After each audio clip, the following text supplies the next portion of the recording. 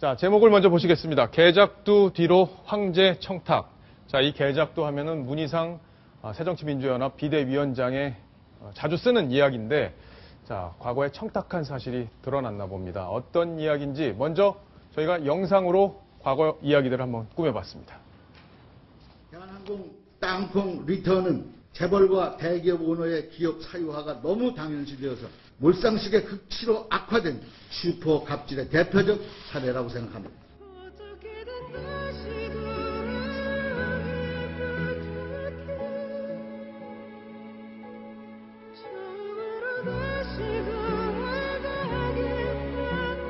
간접적으로 대한항공 측에 부탁한 사실이 있다고 말씀하셨습니다.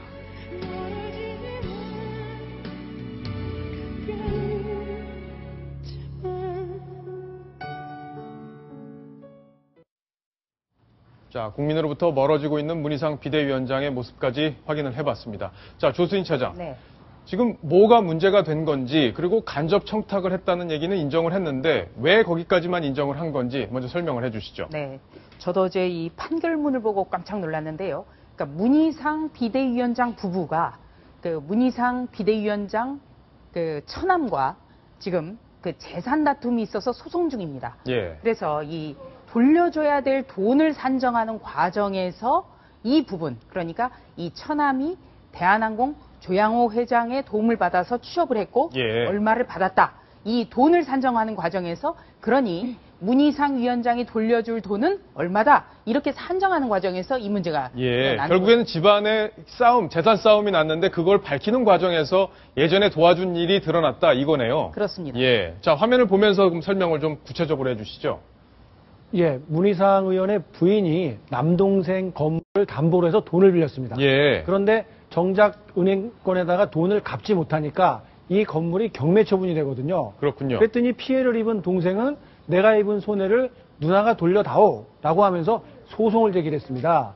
그 과정에서 이 공소시효가 이미 이제 지나갔다. 그러니까 이 소송을 제기할 시효가 지나갔다라는 이제 주장이 나오니까 예. 동생 쪽에서는 그렇지 않다.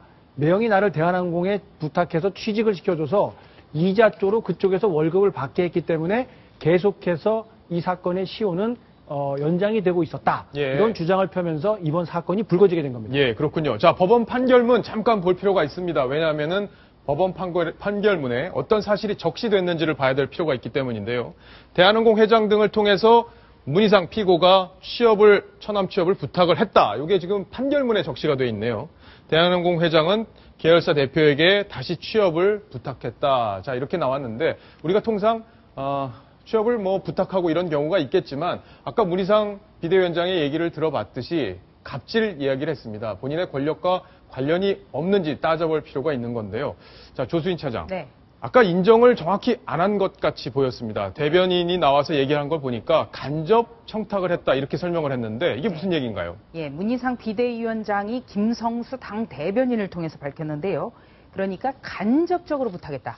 직접 조양호 회장을 만나서 처남의 취업을 부탁한 적은 없다. 이런 예. 겁니다. 무슨 얘기냐면 2004년경에 그 직업이 없던 처남이 취업을 부탁하길래 그 처남이 문 위원장이 잘 아는 사람과 함께 대한항공을 방문을 했답니다.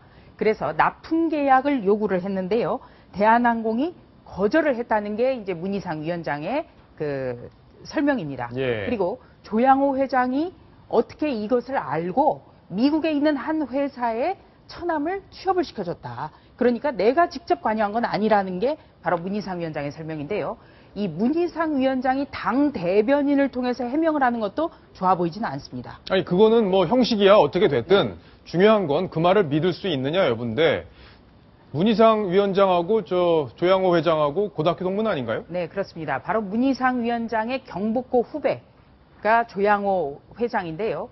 그 중요한 것은 그 문희상 위원장이 2004년에는 그 대통령 비서실장이었다는 점. 예. 네. 문희상 위원장은 2004년에는 원외 신분이었지만 노무현 대통령의 초대 대통령 비서실장이었고요. 2004년 4월 총선 때 다시 국회로 돌아오게 됩니다. 그래서 이 사건이 2004년 이렇게만 재판부 판결문에 나와 있기 때문에 월은 알 수는 없습니다만 예. 이 대통령 비서실장이었든 아니면 대통령 비서실장을 지낸 현역 여당 중진 의원으로서 뭔가 부탁을 했다면 조양호 회장도 거부하기 어려웠을 거다. 법을 어떻게 합니까, 그거를? 그렇습니다. 예. 그것이 간접적이든 또는 직접적이든 조양호 회장 입장에서는 들어지지 않을 수 없었을 거다. 이런 관측이 많습니다. 예. 자, 그럼 관심은 과연 이 처남이 대한항공에서 적법한데 적절한 곳에 취업을 했는지 그리고 그 정도 일을 했는지 여부일 텐데 그것도 본인이 법정에서 밝혔죠. 그 내용 좀 네. 소개를 해주시죠. 네, 이 처남이 조양호 회장의 도움으로 취업한 미국 회사에서 그 8년간 근무를 한 것처럼 돼 있는데 물론 실제로 일은 하지 않았습니다. 8년간 받은 돈이 74만 7천 달러. 예. 그러니까 우리 돈으로는 약 8억 1천만 원.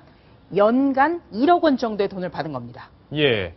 자, 그러면 가서 일도 안 하고 연간 1억 원 정도 받았다. 야, 이건 뭔가 좀 여러 가지, 법적으로 따져봐야 될 문제들이 벌어질 것 같은데. 자, 시청자 질문이 또 지금 막 들어왔네요. 시청자 질문 보겠습니다. 이번에도 이두화 변호사께 질문이 왔습니다. 대한항공은 절반이 오너의 주식이 아니다. 그렇죠. 관리 감독 책임도 정부의 일정 부분 귀속된다.